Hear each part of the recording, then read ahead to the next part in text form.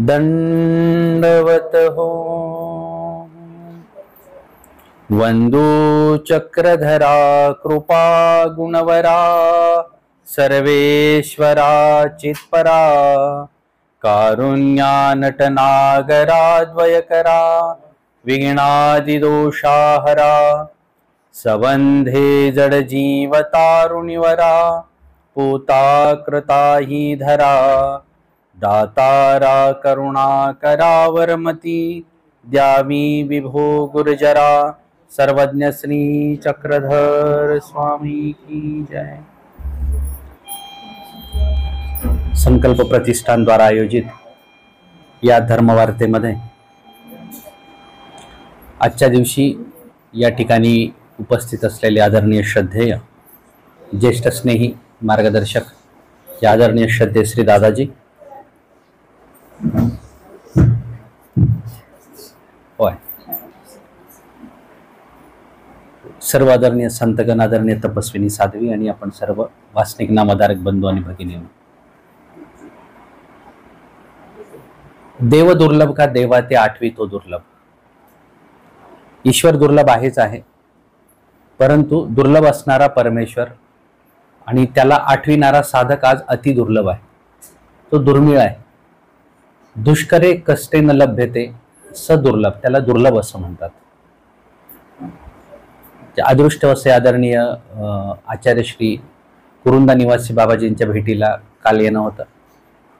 काल जळगाव या ठिकाणी श्री चक्रपाणी प्रभू अवतरण दिन सोहळा होता आणि अनाहूतपणे त्यांच्या आज्ञेनं श्री गुरुजींच्या परवानगीनं काल पोहोचलो। आज आदरणीय कुरुंदा निवासी बाबाजींकडे थोडा भजन पूजनाचा विधी होता। राखुंडे परिवारात दादांचा संपर्क झालेलाच होता, म्हटलं मग सगळ्यांच्या भेटी होतील। कालच मला समजलं निरूपणाचं धर्मवार्ता इथे सुरू आहे, म्हटलं चला या निमित्ताने भेटी होतील आणि आजच्या दिवशी या सगळ्यांची भेट, ठीक आहे, या निमित्तानं आज येण्याचा योग, तुमच्या सगळ्यांच्या भेटीचा योग, ईश्वरीय काही महत्त्वपूर्ण गोष्टींचा चिंतन आज थोडंसं आपण करणार आहोत। पूर्वधर्मवार्ता झालेली आहे, उत्तरार्धाची नाही, बऱ्यापैकी आहे, आपल्याला येईल आवाज, हो का? दोन माईक असल्यामुळे असं होतं। बर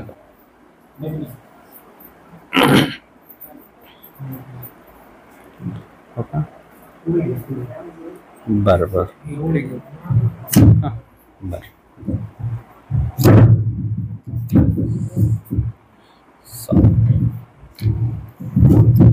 एका माईकवर भागत असेल तर एका माईक नाही, थोडा आवाज कमी झाला, हो का? बरं, ठीक आहे, ठीक आहे, मी थोडं जवळ घेतो, ठीक आहे, होऊन जाईल। देव दुर्लभ का देवा ते आठवी तो दुर्लभ, परंतु अशा दुर्लभ साधनवंतांच्या भेटीमध्ये प्रचंड मोठा आनंद आहे। आपण कर्मव्यवस्थेमध्ये वावरतो, आज निर्माण केलेली गोष्ट काही दिवस वापरतो, पुन्हा त्याची मर्यादा क्षमता संपून जाते। पण अदृष्टवशी ज्या गोष्टी आपण जोडतो, मग त्या भेटकाळीने होणारी योग्यता असेल, त्यांच्या धर्मवार्तेने मिळणारा लाभ असेल, त्या निमित्ताने मिळणारा प्रसाद असेल, या सर्वच गोष्टीमध्ये लाभ आहे। ज्या आदरणीय कुरुंदा निवासी बाबाजींची सकाळी धर्मवार्ता सुरू होती, सकाळच्या धर्मवार्तेमध्ये इतका महत्त्वाचा मुद्दा आमच्या लक्षात आला। सारंग पंडितांच्या घरी सर्वज्ञ श्री चक्रधर प्रभूंनी जवळजवळ 60 वेळा भोजन घेतलेलं आहे, 60 उपहार झाले। मी आजपर्यंत या दृष्टीने विचार करत होतो की सारंग पंडिताची तशी काही योग्यता नाहीये, अनुसंधान नव्हते,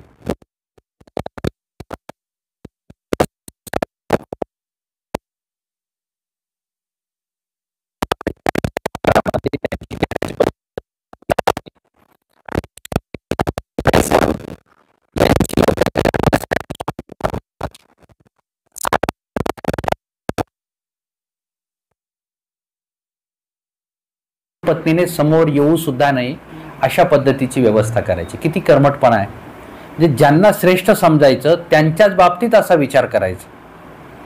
ती पण इतकी कुशळ होती, तिने एक दिवस भातावर पहित म्हणजे वरण वाढलेलंच नव्हतं, जाणीवपूर्वक वाढलं नाही, नाही विसरली नाही, ती जाणीवपूर्वक वाढलं नाही की ते वाढण्याच्या निमित्ताने मला समोर जाता येईल आणि मला स्वामींच्या श्रीमूर्ती अवलोकन करता येईल, पाहता येईल, आनंद घेता येईल. मग ती जेव्हा वाढायला आली, असे कितीतरी प्रसंग. एक फार सुंदर लीळेचा प्रसंग आहे त्या संदर्भामध्ये. भडेगावला हा सगळा परिवार एकदा स्वामींच्या भेटीसाठी गेलेला आणि जे इंद्रभट्ट होते त्यांची पत्नी होती, गौराई साईंद्र भटांची पत्नी होती. हे परिवार भडगावला गेलेले. आता ते इंद्रभट सुद्धा सारंग पंडितांसारखे थोडे कर्मठ होते.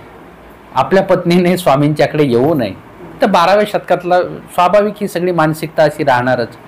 आणि स्वामींच्याकडे गेल्यानंतर वेदतील वगैरे इतरही गोष्टी डोक्यामध्ये, आणि बाहेर एका धर्मशाळेमध्ये उतरले.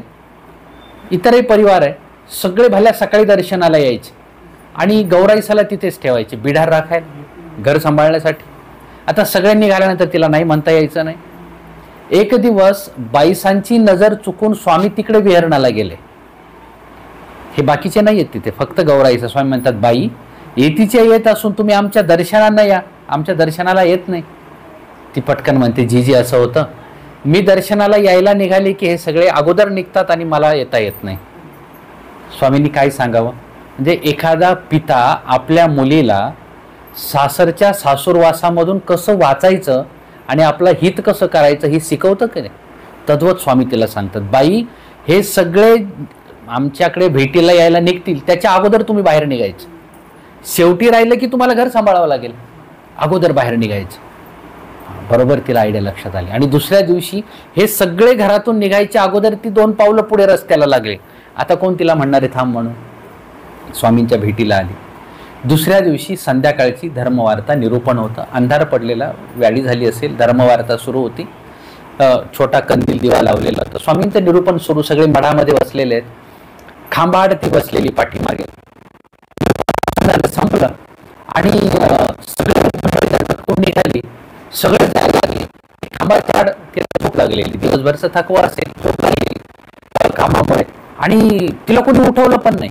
तू उठ, जायचंय आपल्या, कोणी उठवलं नाही. ती तशी झोपून तिला ठेवलं. सगळे निघून गेले. आता दरवाजा बंद करायचा वेळ आला ते स्वामी म्हणतात, बाई सांगा, बाई ते खांबाड बसले कोण पहा. मग बाईसांनी तिकडे कंदील पुढे केला तर बाई ही बसलेली आहे. मग तिला उठवलं. अरे तुझ्या सोबतचे सगळे गेले, तू इथे कसे? मग तिच्या लक्षात आलं, तिला वाईट वाटलं. सगळे जण गेले, झोपलं याचं दुःख नाही, पण मला झोपेत सोडून गेल्याचं दुःख आहे. पहा आपलं नेमकं काय होतं माहिती आहे का?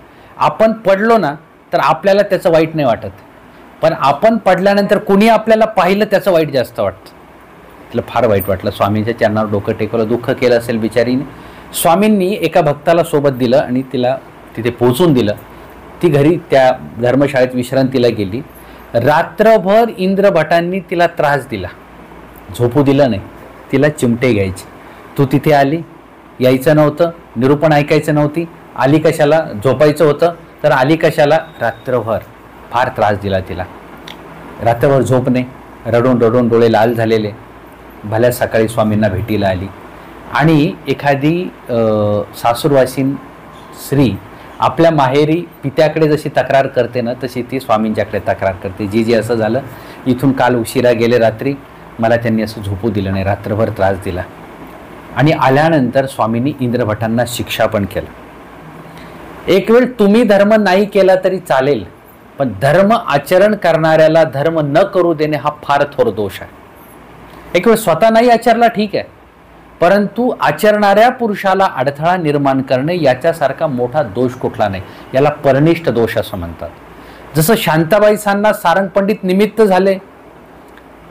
झाले तर लाभ मोठा आहे, धर्मी लावलं लाभ मोठा आहे, पण धर्मापासून आड आले त्याच्या बाई प्राणियाच्या इष्टा आड न येई, जे की स्वामी सांगतात आड येऊ नका, कारण त्याचा थोर दोष असतो. परनिष्ठ लाभाची योग्यता मोठी, परनिष्ठ खंतीची सुद्धा ही फार मोठी आहे. म्हणून वासनिक अवस्थेमध्ये असताना या गोष्टीची काळजी घ्यायची. एक वेळ कुणाला धर्माला नाही लावता आलं तरी चालेल, किंबहुना एखाद्याला बऱ्याचदा आपल्याला ही गोष्ट समजते की मी म्हटल्यानंतर तो व्यक्ती काही अधर्म आचरणार नाही, काही धर्मरूप क्रियेमध्ये मार्गी लागेल, पण काय करतो आपण अशा वेळेला? आपण शब्द आपला खर्च करत नाही आणि त्याचा भविष्यामध्ये दोष असा निर्माण होतो जेव्हा आपल्यावर असा प्रसंग येतो त्यावेळेला आपल्यालाही असं कोणी हात देणारं उपस्थित होत नाही. प्रेमाच्या 14 उपायामध्ये एक असा उपाय आहे की एखादा नूतन साधनी प्रवर्तलेला पुरुष आहे, तो डगमगू पाहतो आहे, तर त्याला आधार देणे हा एक प्रेमाचा उपाय मानला जातो.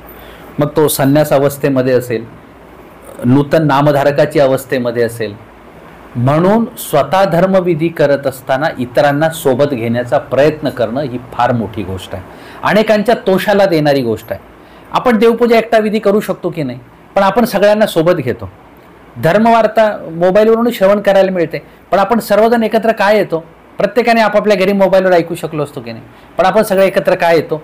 परस्पराच्या भेटीमध्ये दंडवत होतो. इथून आपल्या विधीला सुरुवात झाली.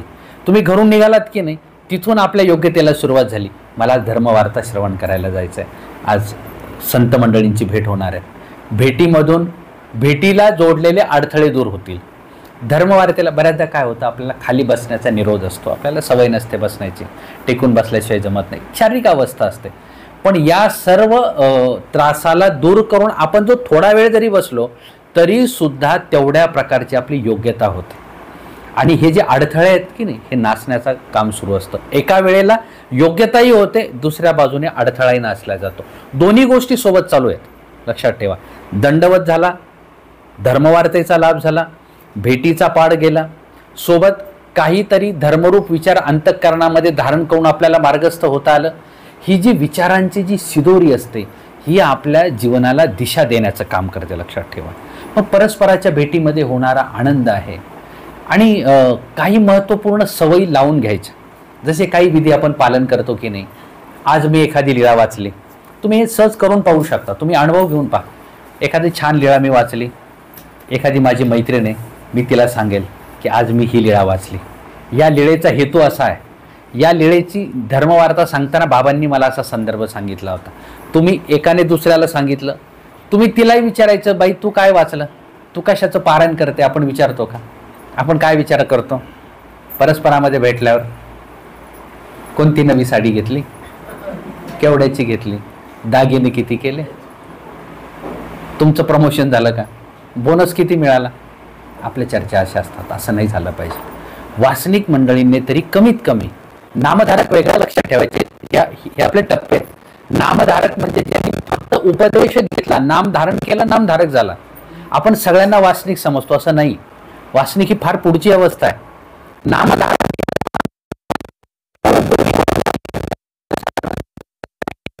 वेद असं म्हणतात. वेद म्हणजे आवडी निर्माण होणे. जणू काही ईश्वराचा साधनवंत भेटला म्हणजे जणू ईश्वरी प्रत्यक्ष ईश्वर भेटला, आनंद होणे.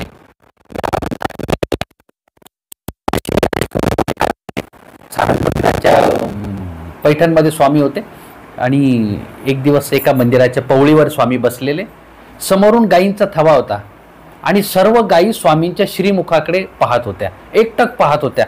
पापणी सुद्धा या त्यांची शेपूट त्राहाटील, पुसा त्राहाटील, या एखादा आश्चर्य गोष्ट पाहिली की नाही, तसं त्या गायींचं झालेलं. शेजारी सारंग पंडित उभे आहेत. स्वामी सारंग पंडितांना म्हणतात, त्या गायींची अवस्था पहा, ते बगाडावरी बगड घालून, मी पाठ प्रत्येकीच्या मानेवर मान करून मला काय पाहता येईल, मला काय पाहता येईल असा आनंद घेत आहेत. स्वामी सारंग पंडितांकडे म्हणतात, पांड्या काही पाहत असतील या. सारंग पंडित कधी कधी फार धर्मरूप सुद्धा बोलायचे. जिजी म्हणाले, द्वापार युगामध्ये गोपालकृष्ण श्री चक्रवर्तींचा अवतारापासून मूर्तीपासून जो आनंद घेत होत्या त्याची अतृप्ती राहिली होती, ती आता आपल्याकडून घेत आहेत. स्वामी प्रसन्न मुखाने सारंग पंडितांकडे पाहतात. स्वामी म्हणतात, पांड्या काही पांडित्य किजत आहे. जी नाही म्हणाले, मी यथार्थ बोलतो. पांडित्य का करेल मी? गायींना सुद्धा असा वेद आहे, पशूंना वेद आहे, प्राण्यांना वेद आहे. तुम्ही चरित्राचा बारकाईने अभ्यास करा. स्वामींच्या निरूपणाला एक तो बेडूक यायचा पहा राजमठामध्ये. 3 दिवस, शेवटी नागदेवाचार्यांनी त्याला उचलून नदीच्या पलीकडे नेऊन सोडला. 4थ्या दिवशी पायामध्ये कवडी बांधून तोच बेडूक पुन्हा हजर झाला. वेदाचं कार्य असं आहे, मूर्तीचा वेद असा आहे. एकतर मूर्ती सुंदर आहे, मूर्ती सुंदर आहेच आहे, सोबत मूर्तीची दैवी अशी आहे. इतर अवतार, प्रत्येक अवताराचं वैशिष्ट्य आहे. तत्वसिद्धांत तुम्ही अभ्यासला असेल. कुणाच्या श्रीकरामध्ये कृपा, दान दातृत्व द्यावं वाटतं. कोणत्या अवताराची नेत्रामध्ये कृपा, कुणा अवताराची परावाणीमध्ये कृपा. पण स्वामींचं वैशिष्ट्य असं आहे अपाद मस्तक वेरी कृपा, श्रीचरणाच्या नखापासून श्रीमुकुटाच्या केसापर्यंत अंतर्बाह्य कृपेनच व्यापलेले आहेत. त्याच्यामुळे प्रत्येकाला द्यावे द्यावे ऐसे उपजे. रात्रभर निरूपण सुरू आहे. नागदेवाचार्य झोपले. स्वामींनी सागरीतील पाणी शिंपवलं, उठवलं, पुन्हा निरूपण. वात कमी झाली. स्वामी महादाईसाला म्हणतात, बाई वाती अभूता, वात मोठी करा, आम्हाला निरूपण करायचं. किती अनिवार्य ओढ असेल. नागदेवाचार्यांना नेवाशाला जेव्हा ते काही बाजारहाटाला पाठवतात, स्वामींना निरूपणाची अनिवार्य ओढ निर्माण झाली. सायंकाळचा वेळ असाच झालेला. दुपारी भोजन करून नागदेवाचार्य निघालेले. स्वामी वाट पाहत आहेत. समोर एक बाई बसलेले. काय नाव त्यांचं? वा वा, प्रल्हादबाईसा समोर बसलेल्या. स्वामींना निरूपण करण्याची इच्छा, अनिवार्य ओढ. पण स्वामी वाट पाहत आहेत कोणाची? नागदेवाचार्यांची. स्वामी काय म्हणतात माहीत आहे? चरित्रात फार सुंदर वाक्य आहे, तुम्ही बारकाईने चरित्र अभ्यासा. माझा वानरा अजूनही का न यायची?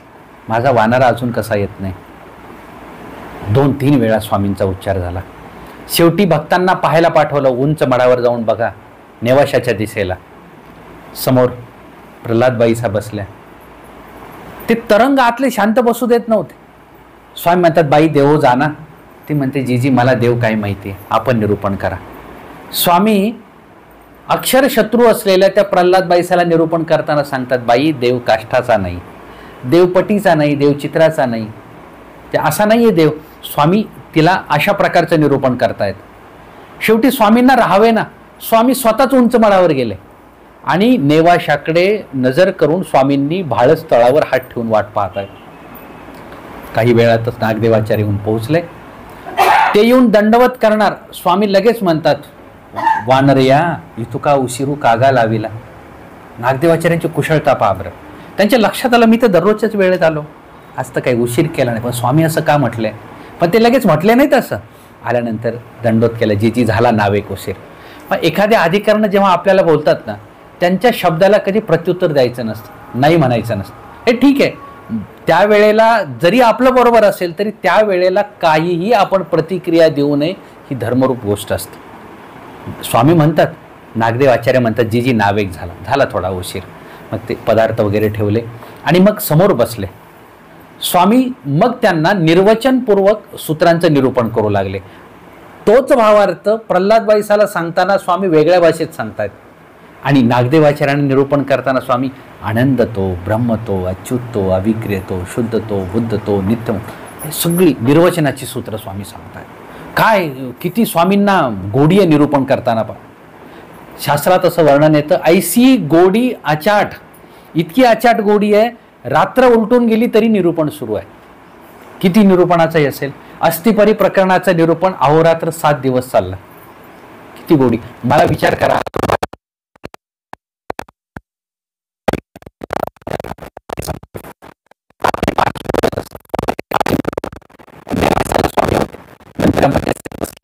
सगळं लोकदर्शन.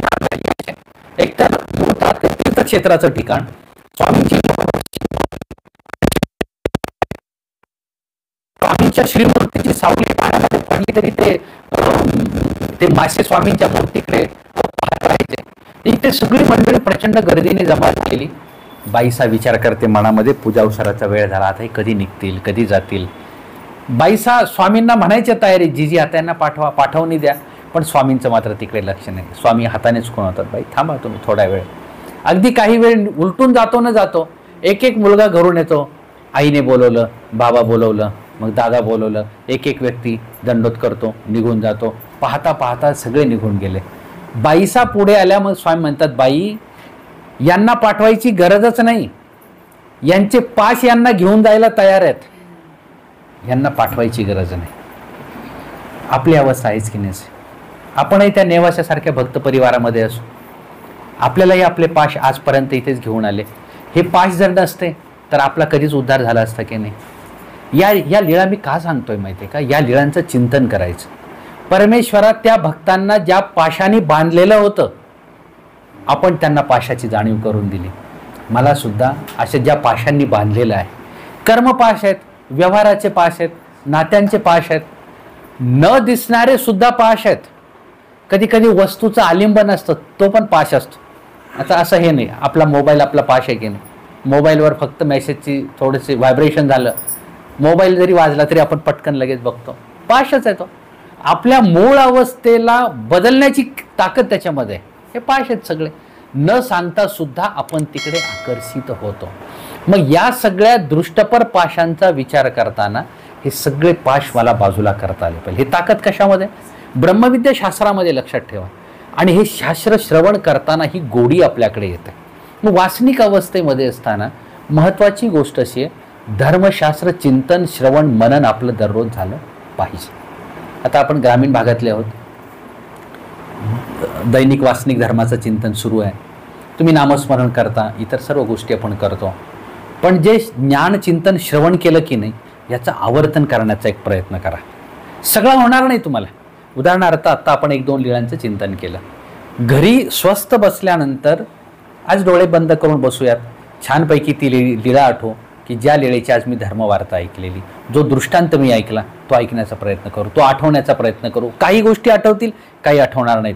पण जे आठवतील त्या आठवल्यानंतर हळूहळू आपल्या मनाचं मालिन्य दूर होऊ लागतं आणि तिथे एक प्रकारची तेजरूपता निर्माण होते. पहाटेच्या वेळेला तुम्ही मूर्ती स्मरण करत असाल, जसं पहा आपण एखाद्या चित्रपटाची कथा आठवतो की नाही. छानपैकी तुम्ही बसलात, एखादा चित्रपट आपण पाहतो, सहज डोळ्यासमोर चित्रपटाची कथा येते. एखादे गाण्याचे शब्द आपोआप आपल्या ओठामध्ये बसून जातात. सांगावं लागत नाही. कुठेतरी वाद्य वाजू लागले की पटकन ते शब्द आपल्या ओठामध्ये येतात. हे का झालं? आपण त्या गोष्टीमध्ये एकरूप झालेलो असतो. 3-3 तास बसतो की नाही. एखादं सिरियल बघायला बसतो की नाही. मग एवढी गोडी आपल्याला धर्मवार्तेच्या ठिकाणी का निर्माण होत नाही? पूजा उत्सवाच्या ठिकाणी का निर्माण होत नाही? ही निर्माण झाली पाहिजे. पण याच्यासाठी हळूहळू होईल, एकाएकी नाही होणार. आपल्याला त्याच्यामध्ये गोडी घेता आली पाहिजे. स्वामींच्या सन्निधानामध्ये नागदेवाचार्य आले सिन्नरला. आल्यानंतर एकांतामध्ये बसायचे सकाळच्या वेळेला आणि स्वामी विचारायचे, काय करता एकांतात बसून? जी म्हणाले, मी आठवतो. तुम्ही जे धर्मवार्ता निरूपण केलं, जे आम्हाला श्रवण केलं, सूत्र निरूपण केलं, ते मी आठवतो. स्वामी सांगतात, आपणया जे आवाकता येईल, जे आठवता येईल ते आवाकी जे हो तुम्हाला हे जमेल, हे तुम्हाला येईल. नागदेवाचार्य एकदा निरूपण केल्यानंतर लक्षात राहायचं नाही. स्वामी म्हणायचे, पा म्हणा, म्हणून दाखवा. काही शब्द लक्षात राहायचे, ते बोलायचे. स्वामी म्हणतात, परिसले ऐसे भासे परी परिसानाना. तुमच्या अजून लक्षात नाही आलं. स्वामी दुसऱ्यांदा निरूपण करायचे, पुन्हा विचारायचे, पा म्हणा. काय म्हणजे एखादा शिक्षक एखाद्या विद्यार्थ्याकडून एखादी गोष्ट पुन्हा पुन्हा तयार करून घेतो. किती स्वामींची. आणि लक्षात ठेवा, तुम्ही हेतुस्थळाचा अभ्यास कराल, तुमच्या लक्षात येईल, जेवढं नागदेवाचार्यांना उद्धरण्याची घाई नाही ना, तेवढी स्वामींना घाई आहे त्यांना अनुकूल करण्याची. ते नागदेवाचार्यांनी स्वामींचा श्रीकर पकडलेला नाही, पण स्वामींनी नागदेवाचार्यांचा म्हणजे श्रीकरामध्ये नागदेवाचार्यांचा हात पकडलेला आहे. लक्षात ठेवा. त्याच्यामुळे बळवंडिया घडविती, बळजबरीने झोप येते, पुन्हा उठवतात. व्यापार करताना किती सूक्ष्म नजर आहे, स्वामींची दृष्टी आहे. स्वामी म्हणतात, वानरेश आजीची घडी धरोणी तुकीतच होते. तुम्ही संशय पहा. एका बाजूला नागदेवाचार्यांचा अधिकार कसा आहे, किती सेवा आहे, प्रत्येक गोष्टीत सगळ्या गोष्टीत योग्यता पात्रता तयार होते. पण दुसऱ्या बाजूला मात्र स्वामींबद्दल संशयाची दृष्टी होती की नाही. पण स्वामींनी काय केलं? संशय फेडला. लक्षात ठेवा. आणि संशय फेडून त्यांना जाणीव करून दिली. तुमचं संशयानं डोकावलं. याचं कारण काय लक्षात आलं? हा प्रसव का आवडला? मी अगोदर नामधारकाकडे संशयाने पाहिलं, एखाद्या संताकडे पाहिलं, त्या अधिकरणाबद्दल माझ्या मनामध्ये संशय निर्माण झाला. तो प्रसव वाढत वाढत प्रत्यक्ष ईश्वर अवतारापर्यंत पोहोचला. लक्षात ठेवा. वरवर दिसताना गोष्ट सोपी दिसते, पण त्याच्या भितरात किती मोठा प्रसव सामावलेला असतो. महादेवबा भक्त स्वामींच्यावर शस्त्र काढून आले. आपल्याला कधी स्वप्न तरी वाटेल का एखादा भक्त या अवस्थेमध्ये जाईल कधी? बाईसासारखी भक्त उच्च अवस्थेतली स्त्री स्वामींना 3 दिवस पाय पुसण्यावर बसते, म्हणजे बसवते. 3 दिवस स्वामींना त्या दुधी करट्यामध्ये भोजन देऊन स्वतः उंचासनी बसते. स्वामी हे सगळं सहन करतात आणि त्यांच्याकडे अवलोकन करून चिंतन करून त्यांचे दोष नासण्याचा प्रयत्न करतात. शस्त्र काढून आले ना, स्वामींच्या मुखावरचं वस्त्र जेव्हा बाजूला केलं जातं, स्वामी प्रसन्न दृष्टीने, करुणा दृष्टीने, करुणा गुणे करून प्रेमशक्तीचं दातृत्व. लक्षात ठेवायचं, कृपाशक्तीने ज्ञानाचं दातृत्व आहे आणि म्हणजे कृपा गुणे करून ज्ञानाचं दातृत्व आहे, करुणा गुणे करून प्रेमाचं दातृत्व आहे. आणि श्रीनेत्रातून प्रेमशक्तीचा संचार झाला. हातातलं शस्त्र गळून पडलं. प्रेमशक्तीचा संचार झाला. आवडी थोर झाली. स्वामींच्या सोबत निघाले. सगळ्या गोष्टी तुम्हाला ज्ञात आहेत. परंतु पुढे गेल्यानंतर स्वामींनी त्यांना वियोग दिला. आम्ही अलीकडच्या गावी थांबू, तुम्ही पलीकडच्या गावाला थांबा. तिथून ते विचारायचे एका ब्राह्मणाला की त्या गावामध्ये असे असे गोसावी आहेत, चांपे गौर श्रीमूर्ती, अजानबाहू, कसे आहेत ते, निके आहेत का? तो ब्राह्मण विचार करायचा की दररोज मी इकडे येतो, दररोज विचारतात. स्वाभाविक आहे, नैसर्गिक आवडी असणे ही विजातीय दृष्टिकोनातून ठीक आहे, पण पुरुषाशी ऐसनी आवडी. आणि मनामध्ये त्या ब्राह्मणाच्या काय येतं, थोडी यांची चेष्टा करून बघू, थोडंसं गंमत करून बघू. आणि तो पटकन खोटं बोलून जातो की तेसने झाले काल सर्पदंशाने. ते महादेव भक्त त्रिशुद्धी विचारतात, भटो हे सत्य? हो म्हणाले सत्य. 3 वेळेला विचारल्यानंतर त्याच क्षणी महादेव भक्तांनी उभ्या उभ्या देह विसर्जित केलं. इतकी आवडी. वियोग का दिला माहित आहे? शस्त्र काढून आले, तिथे जी अयोग्यता निष्पन्न झाली होती ती फेडायची होती म्हणून वियोग दिला. वियोगाचं कारण समजलं की तिथे जी अयोग्यता निष्पन्न झाली शस्त्र काढून आल्याची. मग असा योग का आला? लक्षात घ्या, एका बाजूला प्रेमशक्तीचं दातृत्व, दुसऱ्या बाजूला शस्त्र काढून आले. आपल्या अशा अनेक चाली सोबत चालतात. आपण एका बाजूला उत्तम प्रकारे दानविधी करतो, भजन पूजनाचा विधी करतो, दुसऱ्या बाजूला काही दोषरूप गोष्टी आचरत असतो. गुणरूप गोष्टीचा प्रसव चालू झाला, तसा दोषरूप गोष्टीचा प्रसव चालू झाला.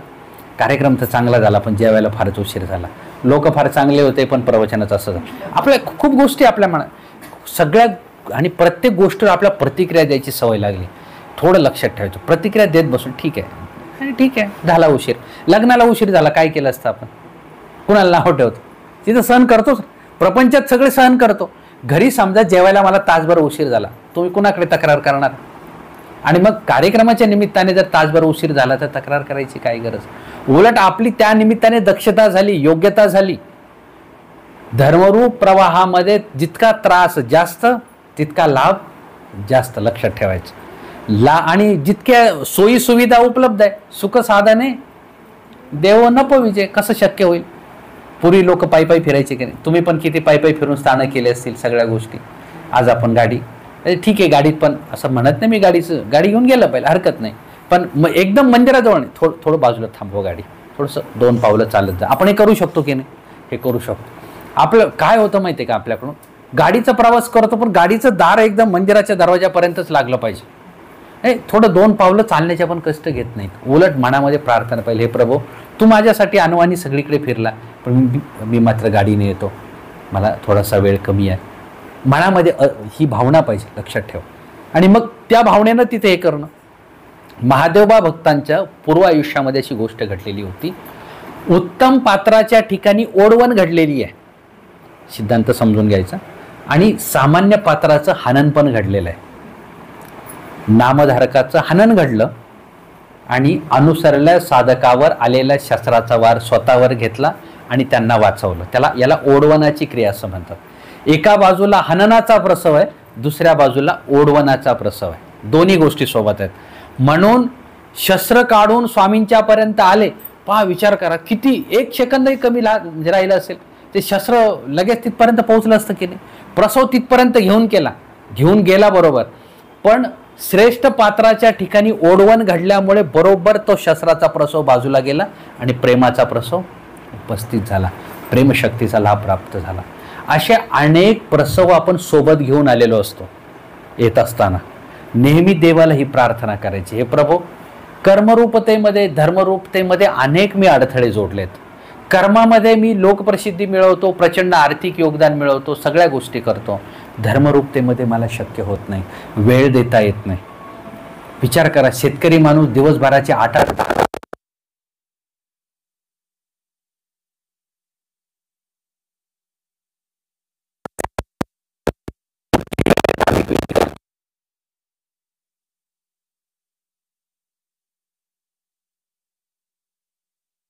लागले पाहिजे, लक्षात ठेवा.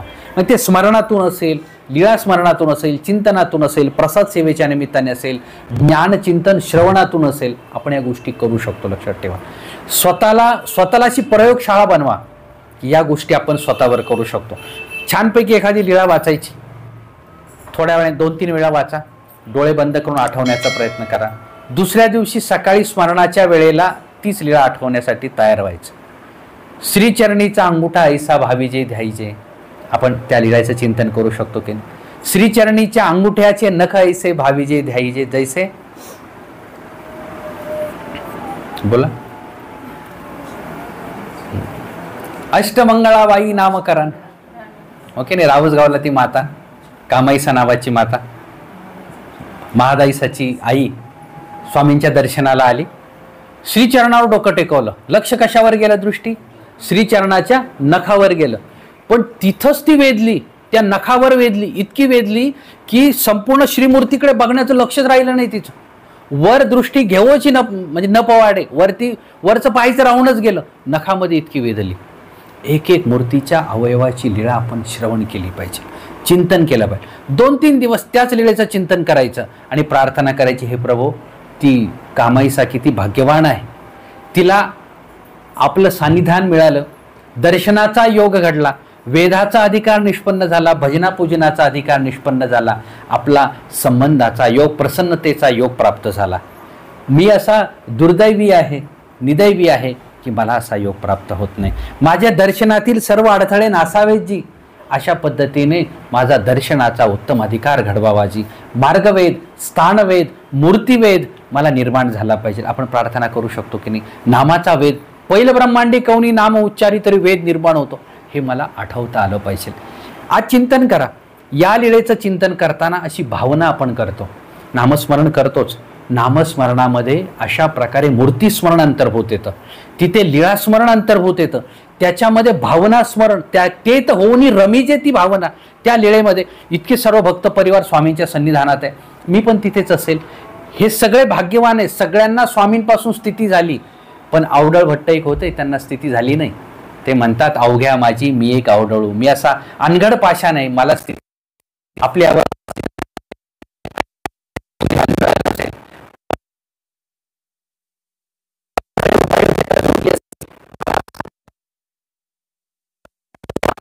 ती भावतो, लक्षात ठेवा.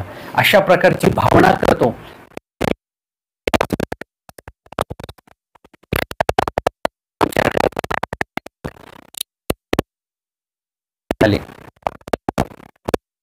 मेद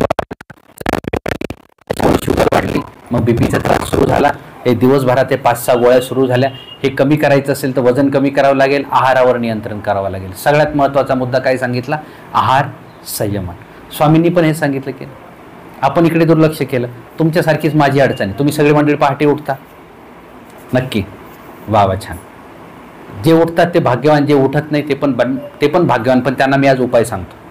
एक छान उपाय करायचा, आपण स्वतःवर उपाय करून पाहतो. मी रात्री भोजन करताना एखादा पदार्थाचा परिच्छेद करायचा. उदाहरणार्थ रात्रीचा भात बंद करायचा. आहारामध्ये भात बंद केला, 2 घास कमी खायचे आणि रात्री लवकर झोपण्याचा प्रयत्न करायचा. लवकर झोपले, सकाळी ठरवलं नाही तरी लवकर जाग येते. तुम्ही चेक करून पहा, तुम्हाला अलार्म सुद्धा लावायची गरज नाही, आपोआप लवकर जाग येणार. जाग आल्या आल्या एक काम करायचं की लगेच बिछाण्यातून बाहेर यायचं. आपण काय विचार करतो, 5 मिनिटं, थोडं 5 मिनिटं, आणि ते 5 मिनिटं आपल्याला अडचणीत आणतात बरं का, लक्षात ठेवा. तुम्ही ते एक राम गणेश गडकऱ्यांचं एक नाटक आहे, काहीतरी एकच प्याला नावाचं. त्याच्यामध्ये शिंदू आणि सुधाकर असे एक पात्र आहेत. तर ते फार फार प्रसिद्ध झालेलं नाटक होतं ते. तर एकच प्याला फक्त, पण तो एक प्याला म्हणजे सुरुवात आहे, कारण त्याची उत्तरावस्था कुठे घेऊन दिली सांगता येत नाही. तसं ते 5 मिनिटं झोपेचे आपल्याला पुढे सूर्योदयाकडेच घेऊन जातात. म्हणून तिथे पटकन बाजूला व्हायचे आणि ठीक आहे, टेकून न बसता थोडंसं वॉशरूमला जाऊन या, तोंडावर पाणी मारा, पाणी प्या. पण तरी झोप वाटत असेल तर चहा करून प्या, हरकत नाही. पण आपण स्मरण करू शकतो, लक्षात ठेवा. आणि टेकून बसायचं नाही, एक गोष्ट लक्षात ठेवायची स्मरणाला सकाळी. कारण टेकलं ना की थोडं आपण एक शरीराची अवस्था आहे. तुम्ही शरीर असं यंत्र आहे, तुम्ही त्याला जसं ठेवाल ना तसं ते राहायला तयार आहे. विचार करा, तुम्ही कधी विचार केला प्राचीन कालखंडामध्ये ऋषी लोक अंगावर अल्पवस्त्रामध्ये हिमालयामध्ये राहायचे. एवढ्या थंडीच्या दिवसामध्ये त्यांना कसं राहावं वाटत असेल, कसं राहत असतील, एवढ्या उष्णतेच्या दिवसात कसं राहत असतील. शरीरामध्ये या सगळ्या गोष्टी इनबिल्ट आहेत, लक्षात ठेवा. आपल्या शरीरामध्ये महत्त्वपूर्ण 2 म्हणजे नाड्या असतात. एक चंद्र नाडी असते, एक सूर्य नाडी असते. सूर्यनाडी शरीरामध्ये उष्णता ऊर्जा निर्माण करायचं काम करते. हे आरोग्य शरीरामधलं जे आयुर्वेद आहे, शरीरातलं शरीरशास्त्र आहे. आणि चंद्रनाडी शरीरामध्ये शीतलता निर्माण करायचं काम करते. शरीरामध्ये जर ऊर्जा निर्माण करायची तर सूर्यनाडीकडून श्वास सुरू झाला पाहिजे. शरीरामध्ये तुम्हाला वरून अंगावर वस्त्र न परिधान करता तुमच्या शरीरामध्ये ती ऊर्जा निर्माण होईल. चंद्रनाडी जर श्वास सुरू झाला ना, आपोआप शरीर शीतल व्हायला सुरुवात होईल. बाहेरच्या कूलरची गरजच नाही. शरीरामध्ये सर्व गोष्टी आहेत. पण आपली उजवी आणि डावी नाडी याच्यावरचं श्वास जे श्वसन आहे, श्वासोश्वास आहे, या गोष्टी आपल्याला जमल्या पाहिजे. हे एकाएकी जमणार नाही. हे अभ्यासाचं कार्य आहे. पण त्याची सुरुवात आहारापासून होते. एवढं आपण करू शकतो. रात्रीचा आहार 2 घास कमी करायचे आणि सकाळी भले 5:30ला जरी जाग आली तरी पटकन उठून लगेच बाजूला बसायचं, स्मरणाला बसायचं आणि थोडं मोठ्याने नामोच्चार करायचं. आपल्याला सांगितलं असतं मनातल्या मनात स्मरण करायचं, कुणी ऐकलं नाही पाहिजे. या गोष्टींचा पगडा आपल्यावर फार असतो, हरकत नाही, लक्षात ठेवा. पण नामोच्चार करताना थोडं मोठ्याने का म्हणायचं? कारण वाचेने उच्चारलेलं नाम आपल्या कानाला ऐकायला आलं पाहिजे. तेव्हा कर्णेंद्रियाचं लक्ष तिथे वेचलं जातं. लक्षात ठेवायचं. हात गोष्ट अशी ती पटकन कामाकडे वळते. तुम्ही विचार करा, आता सर्व आपण एका कुटुंबातल्या महिला आहोत. उदाहरणार्थ आपण म्हणतो ना, आज काहीच काम नाही, आज फक्त आराम करायचं. त्या दिवशी आपण नसलेली कामं बाहेर काढतो. हे डबेच काढायचे, ते झाडूनच काढायचं, जे नाही ते आपण झाडायला काढतो. म्हणजे काम नाही त्या दिवशी आपण जास्तीचं काम ओढवून घेतो. हातांना सवय आहे. हाताला तुम्ही जर का नामाच्या गाठीची जर सवय लावली, आपोआप हात तिथेच थांबेल. एका ज्ञानप्रबोध ग्रंथामध्ये फार सुंदर गोवी पहा. पाय चर्ये लागी दिदले, हस्त व्यापारा वेचले, नामोच्चाराचे काले वाचेसी दिदले. म्हणाले पायाला काय सवय लावा? मंदिरापर्यंत पायी पायी जायचं. जवळ मंदिर असेल दररोज ठरवून घ्यायचं की मंदिरामध्ये दररोज पायी जायचं. आपण ही गोष्ट करू शकतो. पाय चर्ये लागी दिदले, हस्त व्यापारा वेचले, व्यापार करायचं. स्वतःचं काम करणं व्यापार नाही. लक्षात ठेवा. मी माझं काम केलं, माझं ताट धुतलं, माझे कपडे धुतले, मी व्यापार केला असं नाही होत. मी इतरांची काय सेवा करतो त्याला व्यापार म्हटलं जातं. मी मंदिरामध्ये गेलो, तिथलाच पाणी, तिथलाच ग्लास घेऊन, बाबा पाणी घ्या. पाणी तिथलंच आहे, ग्लास तिथलाच आहे. मी फक्त दुसऱ्याला दिलं, सेवेला सुरुवात झाली, व्यापाराला सुरुवात झाली. घरी चपात्या तयार केल्या डब्यासाठी, घरातल्या कुटुंबियांसाठी, तर तो व्यापार नाही होत. ते घरातलं काम झालं. पण मंदिरामध्ये कोणी साधक येणारे त्यांच्यासाठी मी जेव्हा पोळ्या लाटते, तो झाला व्यापार. घरच्या पोळ्या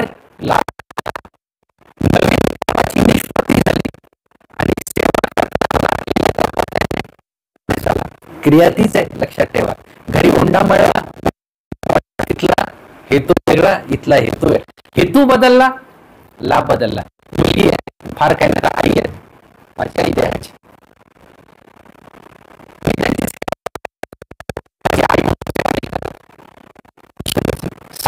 सेवा करतो, लगेच माझा लाभ बदलला. हेतूवर लाभ अवलंबून आहे. फार एकदम सोपं उदाहरण देतो. एखादे डॉक्टर आहेत, डॉक्टर ऑपरेशन करतायत. ऑपरेशन करताना आपल्याला ते अवयव कापावा लागेल, फाडावा लागेल, कातर वापरावं लागेल, चाकू वापरावं लागेल. अवयव फाडला, आरोग्य चांगलं झालं, आपण पैसे दिले अवयव. आणि एखाद्या चोराने आपला खिसा कापला, आपण त्यांना पैसे देऊ का? नाही देणार आपण. दोन्ही ठिकाणी क्रिया कापण्याचीच आहे, पण कापताना हेतू वेगळा आहे. आपलं आरोग्य दुरुस्त करण्यासाठी कापत असेल तर पैसे देतो आपण, ही गोष्ट आहे. निर्हेतुक बुद्धीने केलेली क्रिया ही आपल्याला धर्मरूप लाभाला देणारी ठरते, कर्मनाश करायला ठरते, कामी ठरते. लक्षात ठेवा. या सर्व क्रिया आपण आत्मसात करू शकतो. नामधारक अवस्थेमध्ये, वेदवंत अवस्थेमध्ये, बोधवंत अवस्थेमध्ये, वासनिक अवस्थेमध्ये.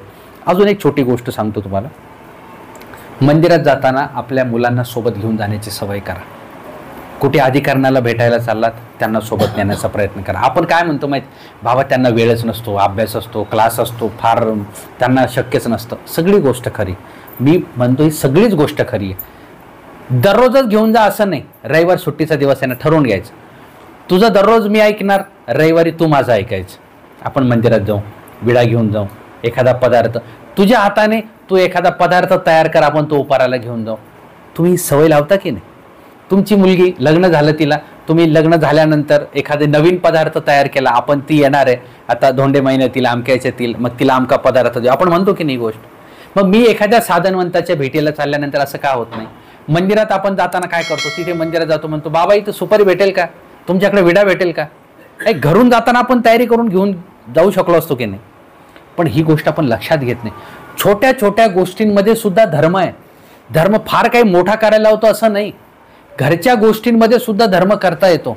पण आपल्याला धर्मरूप दृष्टी प्राप्त झाली पाहिजे. ज्ञान हे काम करतो. बाहेरच्या गोष्टी उजळवण्यापेक्षा आतून उजळवण्याचं काम कोण करतं? ज्ञान करतं, शास्त्र करतं. लक्षात ठेवा. म्हणून काही झालं तरी शास्त्राशी संबंधित राहायचं. शास्त्राशी सहवास संपला की अज्ञानाच्या वाटा निर्माण होतात. काल भाऊ होते आमच्या तिकडे जळगावला, निरूपण होतं. आता ते पंचावतार सुरू होता. आता ते सगळ्यांनी हात लावा हात लावा, प्रचंड घाई. मग सगळे प्रत्येकजण उठून हात लावणे. अरे ठीक आहे सगळ्या गोष्टी. मी काल एक असा मुद्दा उपस्थित केला दादाजी, हात लावून प्रार्थना स्वीकारात जाते का हात जोडून प्रार्थना स्वीकारात जाते? एक साधी गोष्ट आहे, हात जोडून प्रार्थना स्वीकारात जाते. पण हात लावण्याचा अजून तोटा काय माहिती आहे का? आपण वरती ताटाला हात लावायला जातो, पण खाली मात्र अनेकांना पाय आपले लागतात. कोणी बाबा बसलेले, काही पदार्थ असतात, काही गेला विधी करायला, पण निर्माण अविधी झाला.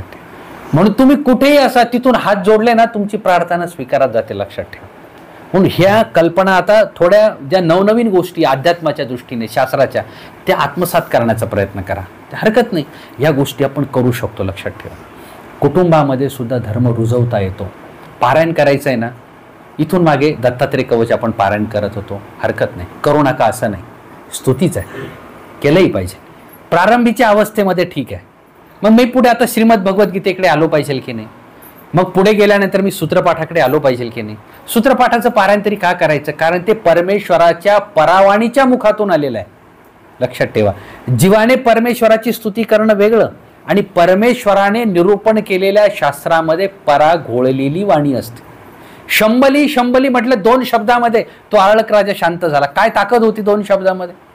परा घोळलेली वाणी येते. लक्षात ठेवा. परमेश्वराच्या श्रीमुखातून आलेल्या सूत्रांचं पठन करणे फार मोठी गोष्ट आहे. 7 दिवस सूत्रपाठाचं विभागून आपण पारायण करू शकतो. हे सहज करू शकतो. पहिल्या दिवशी समजा उदाहरणार्थ सोमवारी सुरुवात केली, मी 9 प्रकरणाचं पारायण करेल. दुसऱ्या दिवशी आचारपर प्रकरणाचं अर्धा तास करा. पण ते सूत्र सुद्धा थोडं मोठ्याने म्हणण्याचा प्रयत्न करा. ते सूत्र उच्चारून आपल्या कानी ऐकायला येतात आपल्याला, आणि ते सूत्राचे शब्द आपल्या कानात बसतात. आमच्याकडे आम्ही म्हणजे मुंबईला पोथी होती, तिथे कसे वयोवृद्ध माता होत्या, अक्षरशत्रू, काहीच अक्षरांची ओळख नाही, लिहिता येत नाही, वाचता येत नाही. पण मात्र जिज्ञासा, मला सूत्रपाठ आलं पाहिजे. काय करावं त्या आजीने? तुम्हाला कमाल वाटेल. तिचा एक नातू होता शाळेत जाणारा. ती त्या नातूला सांगायची, दररोज तुला मी कॅडबरी देणार, पण माझं काम करायचं. काय करायचं? हे मला वाचून दाखवायचं. पण तो मुलगा म्हणायचा, तो नातू तो मराठीतलं सूत्र वाचायचा, आणि ते वाचत असताना ही आई, ही त्याची आजी पाठीमागे वाचत वाचत तिने ते सूत्रपाठ केलं. 9 प्रकरणाचं मनन दिलं. आम्ही तर थक्क झालो. मुंबईत पोथी असते त्यावेळेला आम्ही सूत्रपाठाचं अनेक साधकांचं मनन घेतो. त्या मातेने 9 प्रकरणाचं मनन दिलं. माझे डोळे भरून आले. किती लोक प्रयास करतात,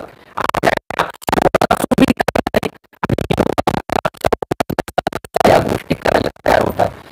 आता केलेला शास्त्र अभ्यास सांप्रत उपयोगी जातोच. पुढील सृष्टीमध्ये जेव्हा आपला असा योग येईल ना, तेव्हा ते शास्त्र उमटतं. विचार करा तुम्ही, नागदेवाचार्यांना निरूपण करताना त्रिशुद्धी निरूपण करावं लागत होतं. माहीम भट्टांना ते एकदाच निरूपण केलं तरी लक्षात राहत होतं. पाठवाक्य सांगितलं, अर्थ त्यांना आपोआप समजत होता. निळभट्ट भांडारेकरांना काही निरूपणच करावं लागलं नाही. असा भेद का झाला? एकाला एकदा ऐकलं की पाठ होतं, आणि एकाला 3 वेळा ऐकूनही पाठ होत नाही. असं का झालं? कारण मागे याने शास्त्रासाठी वेळ दिलेला आहे. शास्त्र श्रवणासाठी वेळ दिला, चिंतनासाठी वेळ दिला. आज बरोबर तो अधिकार तयार झाला. भविष्यामध्ये ह्या सर्व गोष्टी करायच्या असतील तर आज आपल्याला इन्व्हेस्ट करावं लागेल. प्रपंचामध्ये मी करतो की नाही? आपण मेडिक्लेम पॉलिसी काढतो, विमा उतरवतो, भविष्यामध्ये उपयोगी येईल. जीवन बीमा निगम सुरक्षा है की नाही? जीवन के बाद भी और जीवन के साथ भी. आपण माझ्यानंतर, माझ्यापर्यंत, नंतर ठीक झालं. आता काय? हे सगळं मी केलं. माझी पुढची भविष्य निर्वाह निधी केला. अध्यात्माचा काय निर्वाह निधी आपण करतो? आपल्याला इन्व्हेस्ट करावं लागेल. पहिल्यांदा वेळेचा इन्व्हेस्ट करायला शिका. आमच्या पश्चिम महाराष्ट्रात काय झालं, लोक इतर सगळ्या गोष्टी द्यायला तयार होतो, वेळ द्यायला तयार नाही. बाबा आपल्याकडे वेळच नाही. हे तुम्ही आजारी पडला, डॉक्टरांनी हॉस्पिटलमध्ये ॲडमिट केला, आपण म्हणतो की मला वेळ नाही. तिथे मरणाची भीती आहे.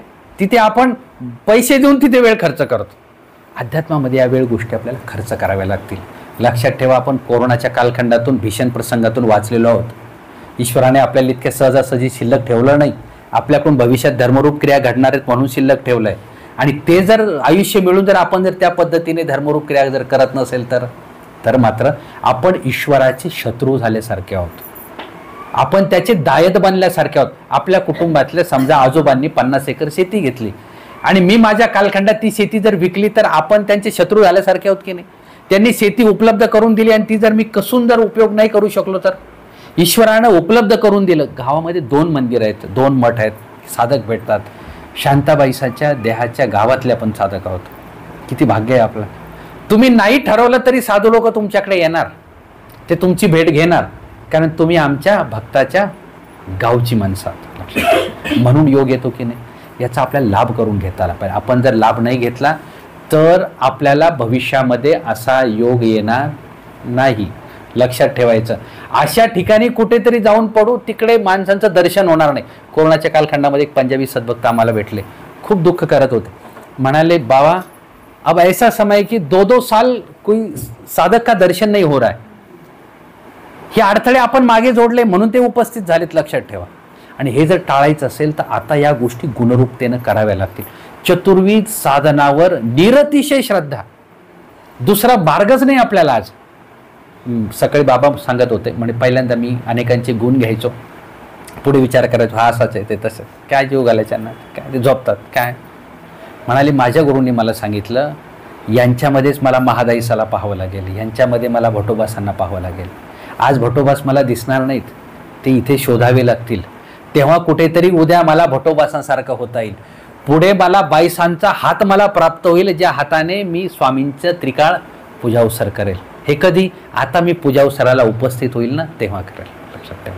लीळा चिंतनातून खूप काही घडू शकतं, शास्त्राभ्यासातून घडू शकतं. बंधूंनो, फार भाग्यवान आहात.